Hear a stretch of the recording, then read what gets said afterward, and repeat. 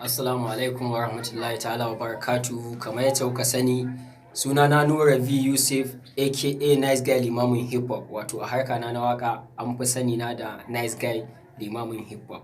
Ni haifaffen Kano ne kuma ina sana'ar waƙar Hausa Hip Hop. Wannan shine sunana a takaice. To alhamdulillahi duk wanda ya sani cewa a ɗau iyakanta waƙa to sana'a ce. Ita sana'a duk sana'ar da ka ɗauka da muhimmanci to Allah zai dafa ma za ka ga nasarori a ciki. Kuma duk ƙanƙantar sana'a ka in ka riƙe ta insha Allah Allah zai sa hannunsa a ciki za ka ga nasara. Saboda haka ni na ɗauki waƙa da muhimmanci amma personally akwai business da nake yi, akwai sana'ata da nake yi. Ni electrician ne kuma solar insulator ne. Ina aikin solar kuma ina electrician na gida sannan kuma ina harkar waƙa. To kaga ko anan mun raba hanya da mutanen da suke cewa bana da sana'a. To alhamdulillahi gaskiya nasara ta farko da ba zan iya mantawa da ita ba ita ce masoya. Alhamdulillahi na samu masoya ta inda ban yi zato ba ban yi tsammani ba. Bayan wannan kuma na samu award guda 2.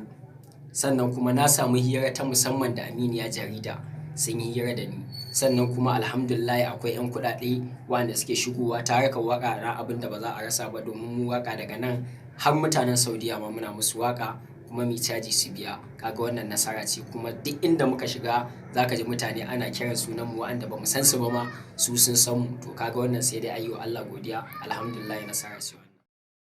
To ka san duk abin da mutum idan ka ɗauki abu yacce ka ɗauke shi a haka zai ɗauke ka. To akwai mutanen da suka ɗauki waƙa a wannan system ɗin kuma duk wanda ya sani dama ita hip hop a haka ta zo. Ita hip hop ko da America da ta zo faɗa ce. Za ka ga kowa za ka ga in yana kai gayu ne ake faɗa da juna amma ba za a tsaya ana fighting ba da sauransu. Za ka faɗa mun in faɗa ta hanyar waƙa. Mu da ta zo nan sai muka musuluntar da ita domin alhamdulillah mu mun musuluntar da hip hop.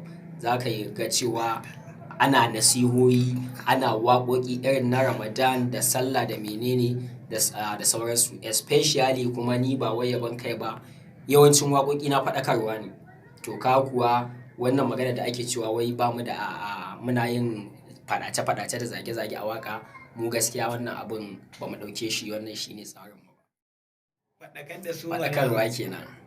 To wannan shine kamar abin da na gaya amma idan ka ɗauki faɗakarwa wacce ita ta soma zuwa kafin nawa ka siya ne. Waƙa ce wacce aka zaluko matsaloli da suke damun al'ummarmu aka yi magana da su kuma matsalar ba wai na gwamnati ba ko menene a'a matsala a kankin kanmu 'yan ƙasa kuma muka yi kira a kansu aka faɗakar da mutane domin su gyara. Sannan kuma ita nawa ka siya ne ita ma da ta zo faɗakarwa ce amma sai ta zo da nata salon.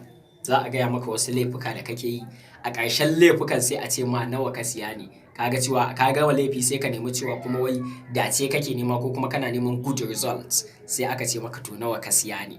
To wannan shine waƙar nawa ka siya ne da ita da faɗakarwa gabaki ɗayansu faɗakarwa suka masa.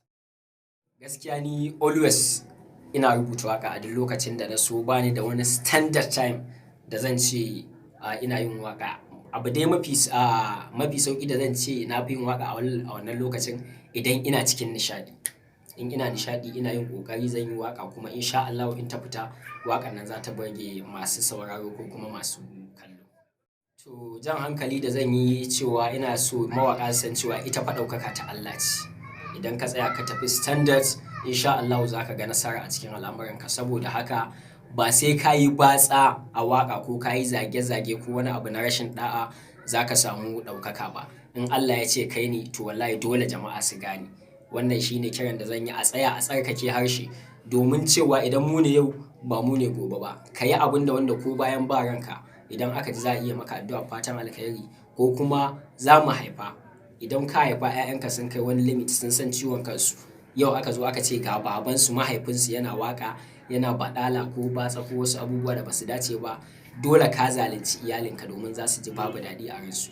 Wannan shine kira mu tsarkake harshe mawaƙa duk wanda ya san yana da sana'a ya kama ya riƙe ta da muhimmanci sannan kuma ga harkar waƙarsa yana yi sannan a tsarkake harshe kasancewa different people ne suke sauraro. Akwai yara, akwai manya, akwai iyaye da sauransu. Duk wanda za ka yi ya zama na ka miƙa saƙo ya je inda ya je ba tare da wani ya yi Allah ya wadare da kai ba. To farin jini daga Allah ne. Mun gode wa Allah da ya bamu farin jini maza da mata dai gashi na alhamdulillah. To su kuma mata da ake ganin kamar cewa muna tare da su sosai tabbas mu gaskiya mu mutanen mata ne gaskiya, to suna son nishaɗi gaskiya. Duk wanda ya san mace tana son nishaɗi. To wannan shine dalilin da yasa suke bibiyan mu domin su nishaɗantu da yanayin ayyukan mu da sauransu. Kuma mata 'yan amanan mu ne kamar yacce maza suke 'yan ana tare. To ai ba wai batun kanta ji in ta ji ai ba a cire wata zakakura guda ɗaya an ce a'a wani ba, jam'i aka yi mata gabaki ɗaya namu. To fa an ɗauko wani aiki wanda babban aiki ne, to amma kuma ga mawaki insha Allah wannan freestyle ba zai gagara ba. Ban sani ba hardcore rap zan yi ko kuma swag rap, amma dai normal bari na yi hardcore rap. Ina tunanin kamar shine zai fi karbuwa daga mutanenmu, wanda kuma alhamdulillah a Mawaƙi TV kowa ya zo ya kalle mu muna Mawaƙi TV kowa ya zo ya kalla ya saurara ya ji abin da muke faɗa, muna faɗakar da su gane cewa Mawaƙi TV YouTube ne wanda yake mika sakonni hawa da sauka, kowa ya gane. Muna gayyato mutane da manya har da yara da tsofaffi da ƙanana da 'yan mata da zawarawa, kowa ya zo ya ji. Gaskiya ne.